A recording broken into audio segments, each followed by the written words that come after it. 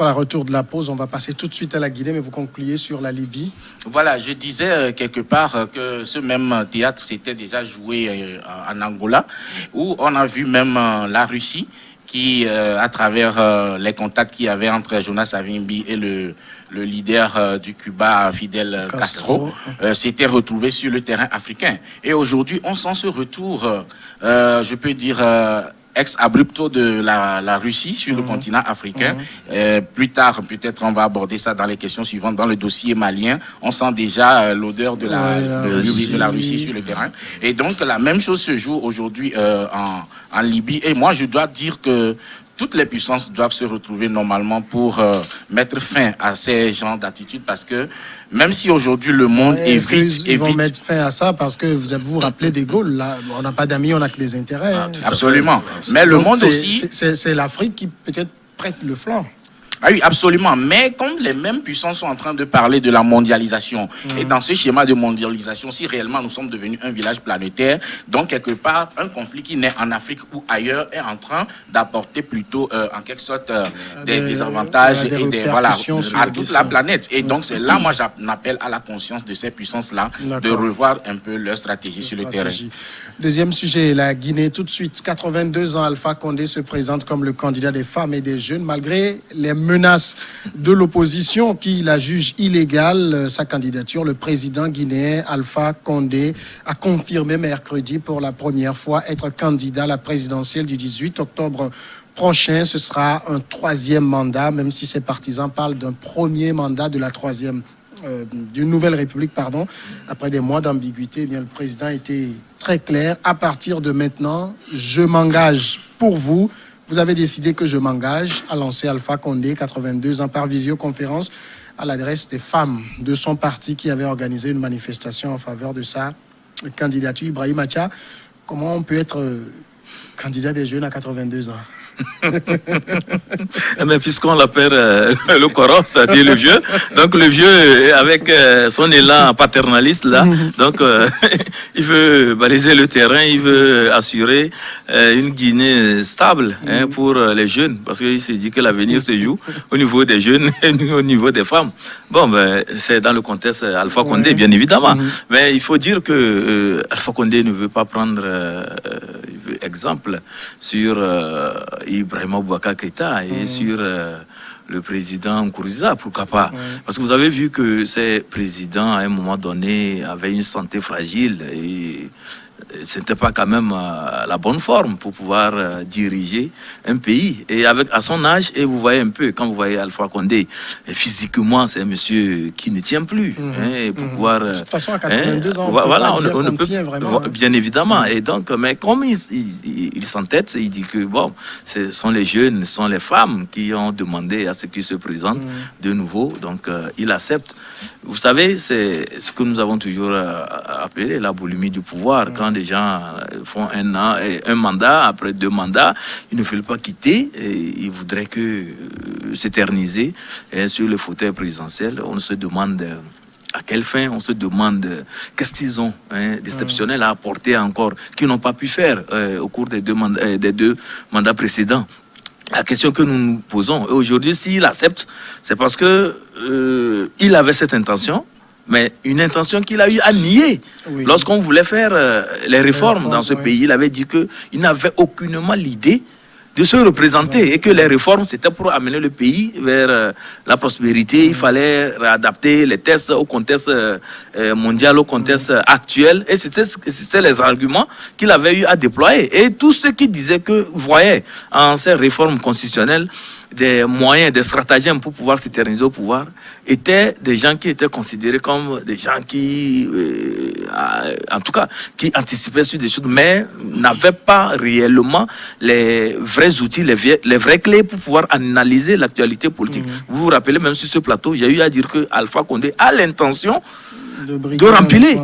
Et que tout ce qu'il est en train de dire que non, pour le moment, ce n'est pas ça, d'attendre après, quand le moment viendra, le débat va s'ouvrir. Il voulait seulement, comme on le dit, envoyer un peu le débat un peu plus loin pour prendre le temps de s'armer, avoir les arguments nécessaires au moment opportun et de les déployer. Et aujourd'hui, il n'a pas d'argument. Le fait de dire que ce sont les jeunes qui sont réunis et tout ça là, mais ça c'est fréquent sur le continent. On voit comment les gens organisent des caravanes, les gens s'attroupent pour dire que non, nous ne voulons personne. S'il n'y a pas vous, ça ne peut pas aller. On a vu ça avec Nkurunziza. Les gens pensaient que c'est Nkurunziza. Sans lui, le pays ne va pas avancer. Mais Nkurunziza, lorsqu'il a quitté, est-ce que le pays s'est écroulé? C'est lui plutôt qui a rejoint les ancêtres, comme on le dit, mais le Burundi continue par aller. Donc je pense que ces présidents africains doivent revoir leur manière de faire, surtout avec le fléau des troisièmes mandats là. Faire en sorte que nous n'en arrivons pas là, parce que c'est vraiment un recul pour l'Afrique. Ça, il faut le dire sur le plan démocratique. Alpha Condé dit... vous avez décidé que je m'engage. C'est-à-dire, si on prend un peu ses propos à la lettre, c'est pas moi-même. C'est vous les jeunes, c'est vous les femmes qui l'avez voulu. Non, vous savez, écoutez, Alpha Condé, c'est un président atypique. C'est un comédien et puis il joue bien le jeu. Mais comment quelqu'un qui dit que c'est les jeunes qui ont demandé à ce qu'il soit président, mais lui-même, il a fait tuer ces jeunes-là. Souvenez-vous, quand les jeunes se sont mobilisés contre les velléités donc de son troisième mandat, l'armée a tiré. L'armée a tiré, donc il y a beaucoup de jeunes qui ont perdu leur vie. Maintenant, vous savez, c'est la politique. Hein, ils se fondent quand même sur la population, sur le peuple. Mais c'est un fait aussi hein, qu'on a vu des femmes, on a vu des jeunes aller demander au président Condé de briguer un nouveau mandat. Non, tout ça là est planifié. De son parti, bien évidemment. Il faut préciser, de son parti. Bien sûr, du RPG. Voilà. Donc, vous voyez, c'est quelqu'un qui est derrière et qui met tout ça dans téléguide tout ça là. Et puis vous verrez que ces jeunes-là, ils vont partir après, ils vont bien l'insulter. Donc, et là, il me dit que c'est les jeunes qui ont demandé. Quand au cours donc de son deuxième mandat, il avait promis aux jeunes de leur distribuer des tablettes. Oui, vous avez vu l'image quand il était donc à l'université, les jeunes ont crié et puis il les a insultés. C'est pourquoi je dis que c'est un président atypique. Mais à 82 ans, on n'a plus ces gens de 20 ans. Maintenant, vous voyez le monsieur qui marche à peine et tout ça. Bon, je ne sais pas pourquoi les gens veulent aujourd'hui mourir au pouvoir, mais sauf que qui parle donc du Mali, parle donc de la Guinée. Il y a quand même cette envie de coup d'État. On a vu tellement de coups d'État dans ce pays, donc je crains qu'ils ne finissent comme ça. Mais bon, on verra et puis on viendra analyser tout cela. Vous pensez aussi que finalement Alpha Condé, le grand opposant qu'on a connu, moi je me rappelle quand on était beaucoup plus petit, on l'appelait le professeur, le grand opposant, finalement c'est une déception? Non, pas tellement, mais je pense que, comme l'a rappelé Sylvestre tout à l'heure, parfois on sent que certains leaders ont cette envie de rester au pouvoir jusqu'à peut-être mourir au pouvoir. Et donc, ce n'est pas question de « je suis venu de la mouvance présidentielle de l'époque » ou bien « je suis venu au pouvoir plutôt par une lutte de l'opposition d'un pays ». Mais je pense que l'arène politique, même la gouvernance du pouvoir même, a aussi ses tentations et ses avantages.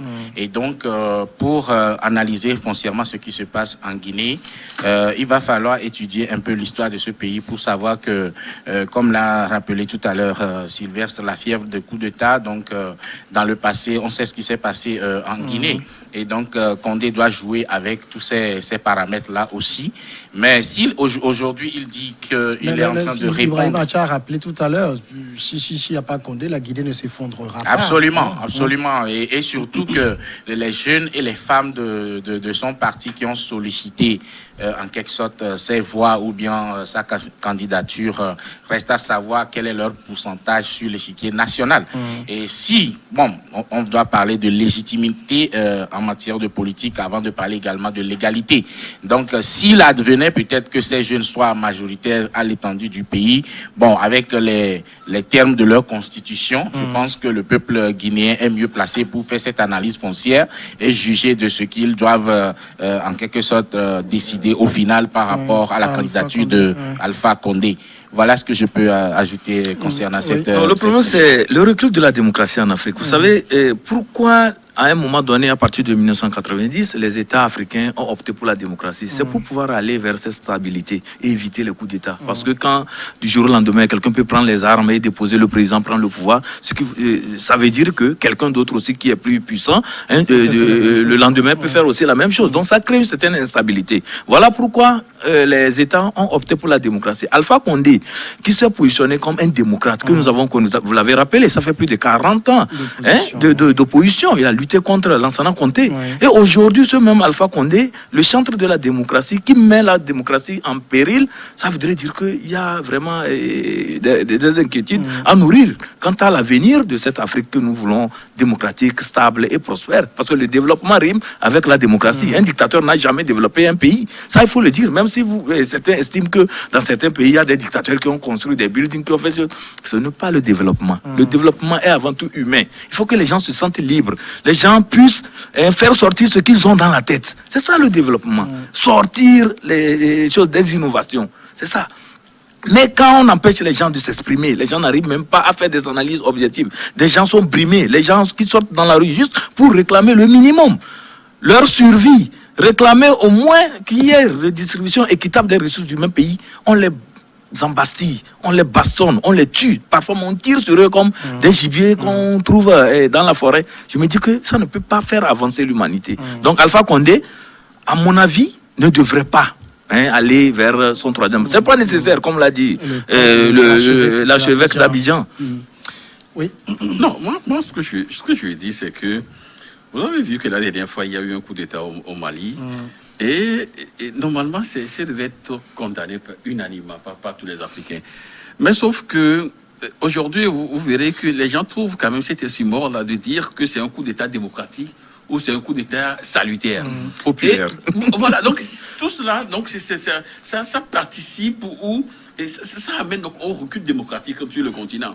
Et je vous apprends, je l'ai dit la dernière fois, depuis la création de la CEDEAO aujourd'hui, nous frôlons la trentaine de coups d'État. Et depuis 70 dernières années, l'Afrique a enregistré plus de 200 coups d'État. Mais aujourd'hui, nous sommes unanimement en disant que non, que le coup d'État en Afrique, le temps des coups d'État est révolu. Bon, si le temps des coups d'État est révolu, il faudrait quand même que ces présidents-là puissent également observer les règles, les principes démocratiques. Ce monsieur, il a fini son deuxième mandat. Si vous posez le débat en termes de règles et principes démocratiques, on aura beau jeu de vous démontrer qu'un changement de constitution reste légal et que oui, quand on change la constitution, il y a tout ce débat de mandat, enfin de compteur à zéro et tout. Un changement de constitution, c'est vrai, c'est légal, mais sauf que lorsque vous avez une constitution taillée sur mesure, c'est là où ça devient un problème. Parce qu'aujourd'hui, vous verrez que tous ceux qui veulent faire un troisième mandat, c'est une constitution taillée sur mesure. Ils ont tout fait donc de se donner, du moins ce privilège-là, de dire que non, les deux premiers mandats sont à mettre donc au compte de faire ses profits. Donc ça veut dire que nous commençons un premier mandat. Donc en réalité, Alpha Condé, à 82 ans, commence en réalité, selon les termes donc, de ses partisans, son premier mandat. Donc ça veut dire que s'il doit faire 10 ans, il aura 92 ans. Vous voyez, je ne vois même pas donc d'être dans le fauteuil roulant. Tout à fait. Même au-delà même, il faut aller même au-delà de l'interprétation de ces réformes constitutionnelles. Parce que quand il y a réforme constitutionnelle, en fait, c'est parce on voudrait actualiser, rendre beaucoup plus dynamique la constitution dans les pays. Mais pour le cas des mandats présidentiels, qui vous prenez la constitution qui était là avant qu'il y ait changement, c'était dit le mandat est limité à deux. Un renouvelable une seule fois. Dans la nouvelle constitution aussi, c'est la même chose. Donc ce qui voudrait dire que sur ce plan, il n'y a même pas de débat. Il ne devait même pas avoir de débat. C'est des gens qui font des jongleries, des acrobaties. Non, vous savez, il faut avoir ce que nous appelons l'élégance d'esprit. Ne pas aller dans des acrobaties, des jongleries qui ne sont pas dignes de notre évolution en matière de démocratie en Afrique. On ne peut pas dire que c'est parce qu'il y a eu changement de constitution et que donc le compteur est automatiquement mis à zéro. On reprend avec le premier mandat. Non, ça vraiment, c'est insulter l'intelligence humaine. Oui, je voulais toujours suivre les autres intervenants dans la logique de la Guinée, pour dire également qu'il y a cette fièvre ces derniers temps de faire une comparaison entre certains pays de la sous-région en matière de démocratie, en même temps en matière de modification de constitution, et surtout sur ce point saillant de 3e mandat. Mais je voulais... 3e ou 4e, c'est selon. Ok, si surtout le 3e. Donc, merci beaucoup, Samuel, pour l'ironie, bien sûr. Mais je voulais dire sincèrement, si modification de la Constitution il y a ou il devait avoir, si cette modification devrait être appréciée par le peuple, c'est dans le sens de l'amélioration des tests. Tout à fait. Et donc, et c'est dans ce sens que moi je dis quelque part, je ne veux pas jeter des fleurs, peut-être faire prendre la défense d'un chef d'État ou bien de notre chef de l'État, mais je voulais dire aujourd'hui, les autres de la sous-région sont en train insidieusement de faire semblant de, soi-disant, de copier le président Faure. Mais moi, je révoque violemment cette tendance parce que la modification de la Constitution que le président Faure a faite ces dernières années, en 2017, si je me rappelle 2019. Bien, ça a été plutôt dans le sens d'une amélioration. Parce que plutôt la Constitution togolaise ouvrait la voie à la possibilité au président Faure de remplir le nombre de fois qu'il veut. Et cette Constitution, le président Faure est venu la trouver ainsi. Ce n'est pas lui qui a été acteur de ce changement. Et donc, là où moi j'ai souvent dit en matière de débat politique, il faut faire des analyses plutôt sous un angle constitutionnaliste aussi. C'est juste pour dire que à son niveau, lui, il a maintenant ramené les choses à l'ordre. Et maintenant, s'il a ramené à l'ordre et que dans la logique togolaise, ça lui permet maintenant de briguer dans ce nouvel ordre, ça c'est une question purement togolaise. Maintenant, les autres ne font pas comme lui, c'est-à-dire eux, ils ne sont pas en train d'améliorer. Plutôt, eux, leur constitution était dans la dynamique de le président Faure est en train de créer maintenant chez nous. C'est-à-dire, eux, ils étaient déjà à un mandat renouvelable une seule fois. Et eux, ils veulent maintenant changer, revenir plutôt à l'erreur que le président Faure a corrigée. Donc, moi, je veux carrément qu'on puisse dire à ces Condé, à ces Ouattara, de sortir de cette histoire de conformisme. Non, c'est vrai qu'il change de constitution, mais que ce soit dans le cas de la Côte d'Ivoire ou comme de la Guinée, les mandats restent limités. Absolument. Maintenant, ce qu'a dit tout à l'heure Ibrahim est très intéressant, c'est que, et c'est ce que rappellent les juristes ivoiriens, vous ne pouvez pas passer d'un mandat limité à un autre mandat limité et dire que vous pouvez vous représenter. Absolument. Non, puisque ça reste limité. L'effet de la limitation continue d'exister. Mais vous avez ces juristes qui vous trouvent que non, puisqu'on a changé de république, donc on repart à zéro. Ça, c'est des cas qu'il ne faut pas comparer, aligner au cas togolais. Pour terminer, juste pour dire à la place de Condé, je penserais peut-être à renoncer à cette tendance parce que il vaut mieux qu'il sauve son histoire, son passé, que nous tous nous connaissons. Il vaut mieux qu'il rentre dans l'histoire par cette grande porte. Et je pense que ça permettrait même à la CEDEAO de retrouver une santé politique. S'il pouvait faire cet effort de grandeur d'âme sur lui, ça permettrait vraiment à la sous-région de pouvoir renouer avec une vraie démocratisation. D'accord. Le problème aussi avec Alpha Condé, c'est l'âge. 82 ans, c'est pas un enfant.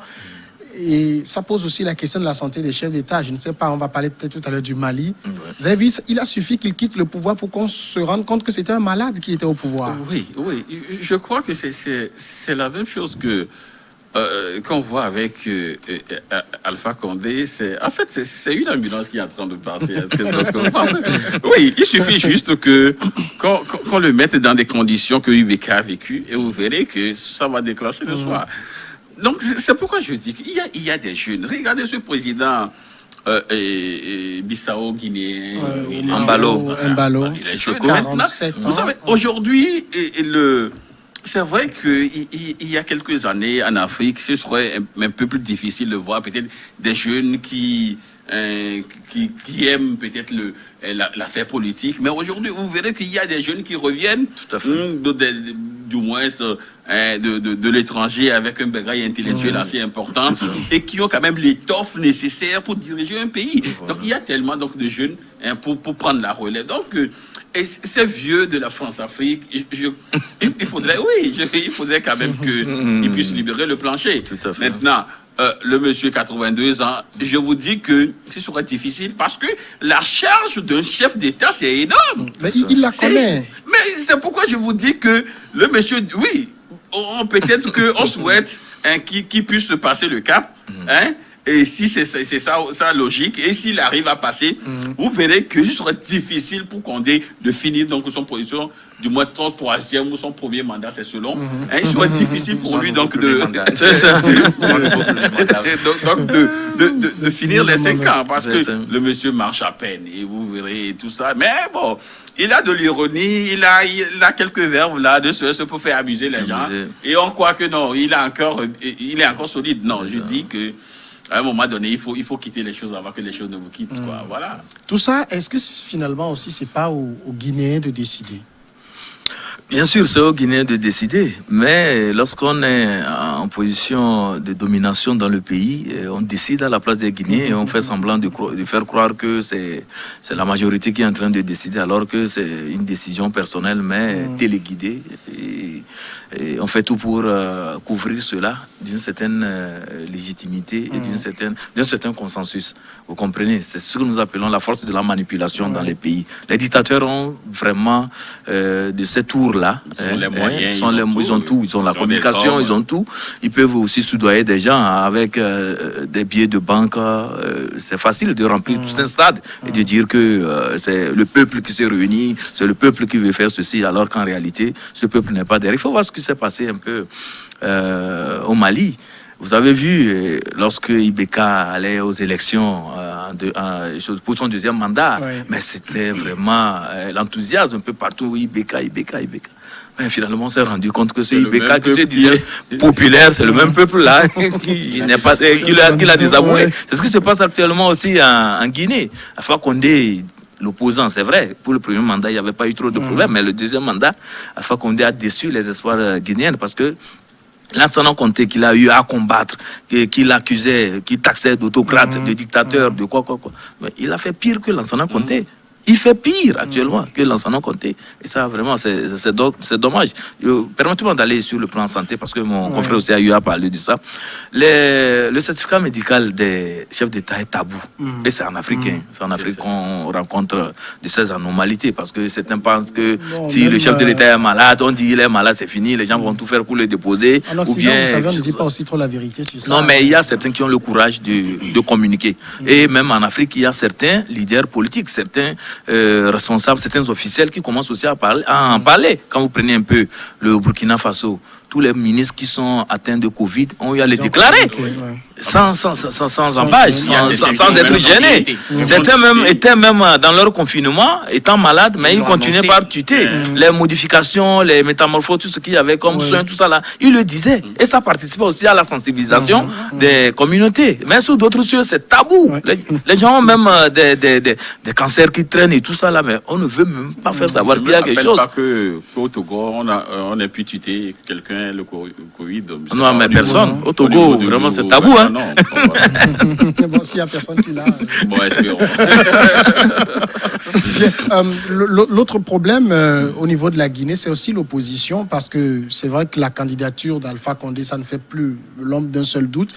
Mais l'opposition est toujours dans le doute et elle est réunie actuellement au sein du Front National pour la défense de la Constitution. Et on se demande s'il faut aller à cette élection ou non. On a demandé au parti du Front de se prononcer. Ceux qui veulent aller, le Front dit « nous ne vous soutiendrons pas ».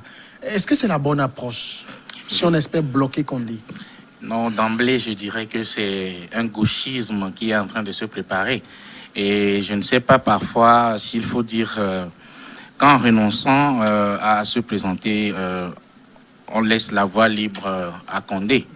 Et ça n'arrange pas le peuple guinéen. Et je souhaiterais plutôt qu'il y ait une bonne consultation au sein de l'opposition guinéenne, surtout qu'ils arrivent à faire taire les ardeurs, peut-être quelques mésententes internes qu'ils ont, et puis qu'ils choisissent maintenant la personne la plus représentative qui puisse porter haut peut-être la volonté et les ardeurs du peuple guinéen. Et surtout si, comme je l'avais dit... mais ce qu'ils disent, c'est que participer à ce scrutin serait légitimer cette constitution qu'ils décrient, qu'ils sont en train de décrier depuis. Oui, je pense, quand j'ai dit tout à l'heure que c'est du gauchisme, c'est parce que ne pas participer, est-ce que c'est ça qui serait légal? La question n'est pas là. La question est de faire soit barrage à Condé, Tout à fait. en y allant plutôt pour le battre aux urnes, et c'est ça qui serait plus démocratique, plutôt que de se retirer. Et Condé ne va pas annuler les élections parce que l'opposition du Front national de la défense de la Constitution guinéenne ne veut pas aller aux élections. Plutôt, il va aller à une élection qui sera un plébiscite et la voie serait ouverte pour lui. Et surtout s'il n'arrivait pas à faire, comme j'avais dit tout à l'heure, une autocritique, comme j'ai dit, pour nous surprendre, nous tous, devant la face du monde, revenir peut-être par une annulation de sa candidature et permettre maintenant aux nouvelles énergies de son parti et maintenant aussi à l'opposition de se réorganiser pour se préparer pour que vraiment la Guinée nous montre le scénario d'une élection vraiment démocratique. Quelle serait la meilleure formule pour l'opposition guinéenne aujourd'hui? Je crois que la question me fait réfléchir autrement. Vous savez, il y a une phrase là que nous avons tous mémorisée. Je crois qu'elle est de Pascal Lessouba, repris par Omar Bongo, qui dit que on ne gagne pas les élections pour les peines. Ouais. Donc, vous savez, les dictateurs ou toute dictature qui veut remplir se met tous les... C'est-à-dire, ils sauvent tous les moyens possibles pour gagner. Tout à fait. Et peut-être que voyant, et du moins, la logique donc, de Alpha Condé, ou ce qu'il est en train donc, de mettre en place, donc l'opposition se dit, oui, bon, si on y va dans ces conditions-là, c'est pour légitimer. Et donc, et Alpha Condé. Je crois que... Est-ce que cette opposition, elle a perdu? Parce que, rappelez-vous la présidentielle de 2010, premier tour. Vous avez vu le retournement, le revirement de la situation au deuxième tour. Vous avez vu le revirement de la situation juste au deuxième tour. Tout à fait. C'est pourquoi je dis qu'avec Condé, il faudrait s'attendre que si Condé y va, c'est pour gagner. Tout à fait. Donc, peut-être que l'opposition est en train donc d'apprendre de ses erreurs, des erreurs du passé. Dit dans ce cas, au lieu donc d'aller aux élections avec Condé, donc mettons beaucoup plus de moyens pour l'empêcher ou pour empêcher même que ces élections aient lieu. Vous voyez, pour l'instant, c'est la logique dans laquelle se trouve donc l'opposition guinéenne. Et ils ont même demandé aux gens donc, de reprendre les rues et tout ça. Ben, bonjour aussi, bonjour coronavirus. Donc là, je me dis que la Guinée est dans une situation aujourd'hui où si les puissances, bon, oui, voilà, peut-être que c'est eux qui sont là, si les puissances occidentales ne font pas pression sur ce président de renoncer, je crois qu'à la fois qu'on est parti pour remplir. Et bon, ce serait quand même le même cliché, le même schéma, parce que le monsieur va dire qu'il a gagné, il va continuer, il va toujours mettre l'opposition en partie et tout. Ce serait quand même la même chose. Mais sauf qu'aujourd'hui, Condé aussi doit savoir qu'il est à une position où il a déjà des problèmes avec les puissances occidentales, notamment les États-Unis et les puissances européennes. Donc, pour couper court, il va et il revient donc avec la Russie et la Chine. Vous voyez? Maintenant, il normalise ses relations avec la Chine et la Russie parce qu'il sait qu'avec la Russie, donc, on peut aussi damer les pions aux États-Unis. Donc, il y a déjà des positionnements stratégiques encore de ces puissances étrangères-là. Et c'est le peuple guinéen qui va en pâtir. Voilà qui nous amène à la grande pause. On suit le journal tout de suite et on revient après.